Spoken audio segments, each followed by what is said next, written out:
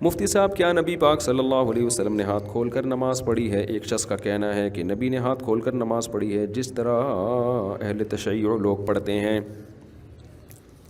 امام مالک رحمہ اللہ نے کہا ہے کہ میں نے اہل مدینہ کو دیکھا ہے کہ وہ ہاتھ چھوڑ کے نماز پڑھتے ہیں۔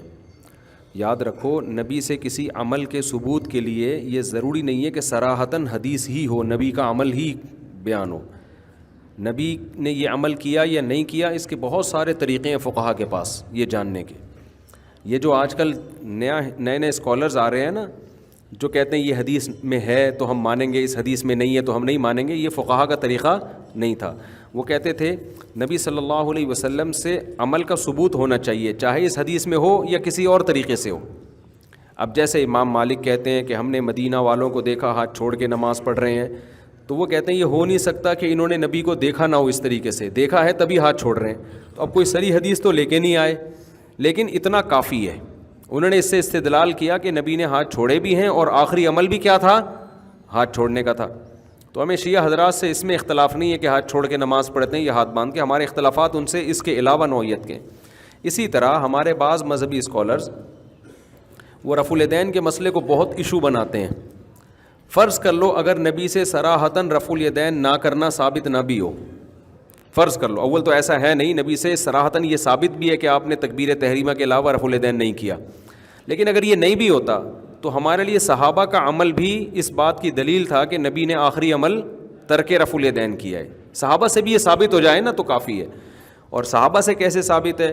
امام بخاری کے شاگرد ہیں امام ترمذی، جب رفع الیدین کرنے کا تذکرہ آتا ہے وہ کہتے ہیں وَبِهِ يَقُولُ بَعْضُ أَهْلِ الْعِلْمِ مِنْ أَصْحَابِ النَّبِيِّ صلی اللہ علیہ وسلم، یہی بعض صحابہ کا قول ہے رفع الیدین کرنا۔ جہاں نہ کرنے کا تذکرہ آیا نا کہ تکبیر تحریمہ میں کرنا ہے، اس کے علاوہ کہیں نہیں کرنا، یہ والی جب حدیث لے کر آئے تو اس کے نیچے لکھا امام ترمذی نے وَبِهِ يَقُولُ غَيْرُ وَاحِدٍ مِّنْ أَهْلِ الْعِلْمِ مِنْ أَصْحَابِ النَّبِيِّ صلی اللہ علیہ وسلم، یہی اصحاب علم میں بہت سارے صحابہ کا قول ہے، بہت سارے صحابہ کا مذہب ہے۔ یہ سمجھتے ہیں کہ نہیں سمجھتے؟ اور بخاری یہ جو صرف یہ جو ہے نا کہتے ہیں حنفی لوگ رفع الیدین نہیں کرتے، ایسا نہیں ہے۔ صحیح بخاری کے راویوں میں بہت بڑی تعداد ایسے راویوں کی ہے جو رفع الیدین کے قائل نہیں تھے، جن میں سفیان ثوری رحمۃ اللہ علیہ جو بہت بڑے حدیث کے امام ہیں۔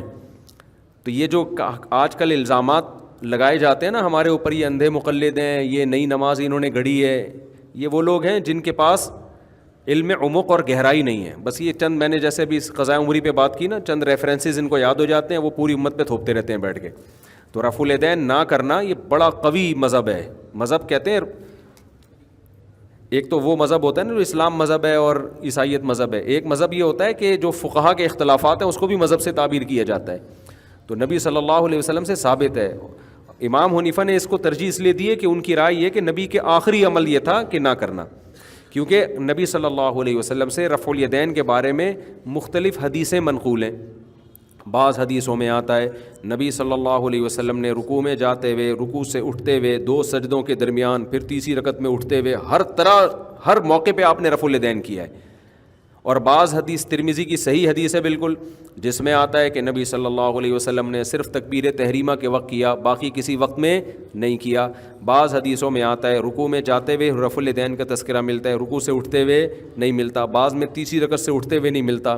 تو اس سے امام صاحب نے استدلال کیا ہے، حنفیہ کا استدلال ہے کہ رفع الیدین کے معاملے میں نبی کا ایک عمل نہیں تھا، یا تو قلت سے کثرت کی طرف، پہلے بالکل نہیں تھا، آہستہ آہستہ آپ نے تعداد بڑھائی ہے، یہاں تک کہ 2 سجدوں کے درمیان میں بھی کیا آپ نے، صحیح حدیث ہے سنن نسائی کی، یا کثرت سے قلت کی طرف ہوا ہے، پہلے ہر موقع پہ ہوتا تھا، آہستہ آہستہ آپ نے اس کو ترک کیا۔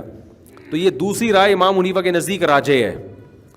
یہی وجہ ہے کہ 2 سجدوں کے درمیان رفع الیدین کا کوئی بھی قائل نہیں ہے، اس کو منسوخ سمجھتے ہیں۔ تو ہم کہتے ہیں جیسے آپ اس کو منسوخ سمجھ رہے ہو نا، تو ہم باقیوں کو منسوخ سمجھ رہے ہیں۔ دوسری بات یہ کہ امام ابو حنیفہ رحمہ اللہ تعالیٰ کے نزدیک وہ حدیث جو اقرب الی القرآن ہو اس کو وہ زیادہ فوکس کرتے ہیں۔ قرآن مجید میں آتا ہے کہ قوموا للہ قانتین، خشوع و خضوع کے ساتھ اللہ کے سامنے کھڑے ہو جاؤ، تو کہتے ہیں رفع الیدین نہ کرنے والی نماز وہ خشوع و خضوع کے زیادہ قریب ہے، کیونکہ اس میں حرکت کم ہے۔ تو ہم یہ مانتے ہیں کہ نبی نے رفع الیدین کیا ہے، لیکن آپ بھی تو مانو کہ نہیں بھی تو کیا۔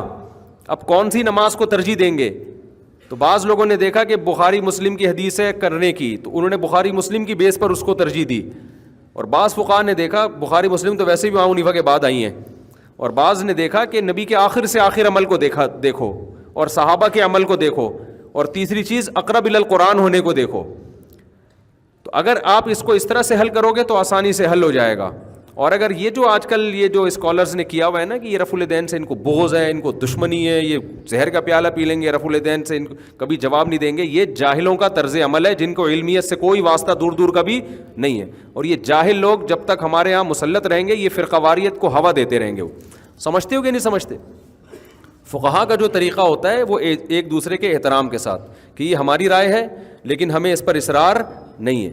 اگر کوئی دوسری رائے کو ترجیح دیتا ہے، ان کے پاس بھی دلائل ہیں، وہ بھی ایک رائے ہے۔ دیکھو ملیشیا میں ہمارے دوست تھے، تو وہ شافی لوگ 2 نمازیں سفر میں اکٹھی پڑھتے ہیں، تو انہوں نے اعلان کر دیا کہ بھئی جو فقہ حنفی کو فالو کرنے والے لوگ ہیں وہ ہمارے ساتھ عصر نہ پڑھیں، کیونکہ ہم ابھی عصر پڑھ رہے ہیں، وہ غلط فہمی میں ظہر سمجھ کے نہ شامل ہو جائیں۔ کوئی مناظرے کا چیلنج نہیں دیا انہوں نے، بھئی ٹھیک ہے وہ بھی ایک رائے ہے، اگر آپ یہ سمجھتے ہو مضبوط رائے ہے تو آپ اس پر عمل کریں، ہم اس پر عمل کرتے ہیں۔ یہ صدیوں سے طریقہ چلا آ رہا ہے۔ اگر ملیشیا میں کوئی یہاں کا فتنہ ہوتا نا، جو یہاں کے ٹچے آج کل نئے نئے آ رہے ہیں فتنے، تو وہاں مناظرے کی مجلس قائم کر دیتا۔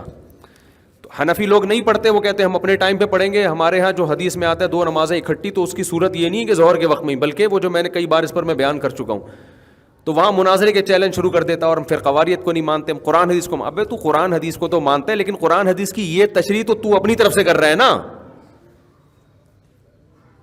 اگر آپ کہتے ہو اس تشریح پر حدیث ہے تو ان کے پاس بھی تو حدیث ہے اس تشریح پر جو وہ کر رہے ہیں، تو آپ یہ کیا آپ کی حدیث تو حدیث ہے، دوسرے والے کی حدیث حدیث ہی نہیں ہے۔ یہ جاہل لوگ ہیں جو یوٹیوب پہ مسلط ہو گئے ہمارے اوپر، اور فرقہ واریت کو کیا کر رہے ہیں؟ آگ دے رہے ہیں۔ اور لیبل ہر آدمی نے بڑا اچھا لگایا ہوا ہے کہ میں فرقہ واریت ختم کر رہا ہوں۔ ابھی ایک نیا فتویٰ آ گیا کہ ناخن پالش لگاؤ تو بھی وضو ہو جاتا ہے، مسح کر لو۔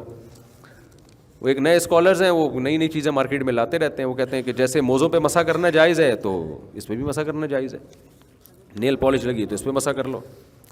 تو ہر آدمی ایک، اس لیے ہم بار بار کہتے ہیں جو فقہ مدون ہو چکا ہے نا صدیوں سے اسی کو فالو کرو۔ یہ نئی نئی چیزیں قرآن و سنت کے نام پہ ہی تمہیں الو بنائیں گے۔ ظاہر ہے انہیں تورات انجیل تھوڑی پیش کرنی ہے تمہارے سامنے۔ جب بھی کوئی نیا فرقہ لے کر آؤ گے لیبل آپ کو اچھا ہی لگانا پڑے گا۔ اور یہ سمجھ لو منکرین حدیث نے حدیث کا انکار کیا، انہوں نے لیبل انکار حدیث کا نہیں لگایا، لیبل لگایا ہم قرآن کو مانتے ہیں۔ لیبل کتنا اچھا لگایا نا۔ تو اصل بات یہ ہے کہ قرآن کو بھی نہیں مانتے۔ تو آج جو لیبل قرآن و سنت کا لگا کے فرقہ واریت، ہر آدمی کی بات نہیں کر رہا میں کہ کوئی بھی قرآن و سنت کا لیبل لگائے، کچھ صحیح بھی ہوتے ہیں، لیکن بہت سے لوگ فرقہ واریت پھیلا رہے ہیں۔ قرآن و سنت کی وہ تشریح جو ان کی کھوپڑی میں آ رہی ہے وہ مسلط کر رہے ہیں، اور اس تشریح پہ لیبل کس کا لگاتے ہیں؟ قرآن و سنت کا، اور پھر فرقہ واریت پھیلاتے ہیں، وہ کم نہیں کرتے۔ تو لیبل پہ مت جاؤ۔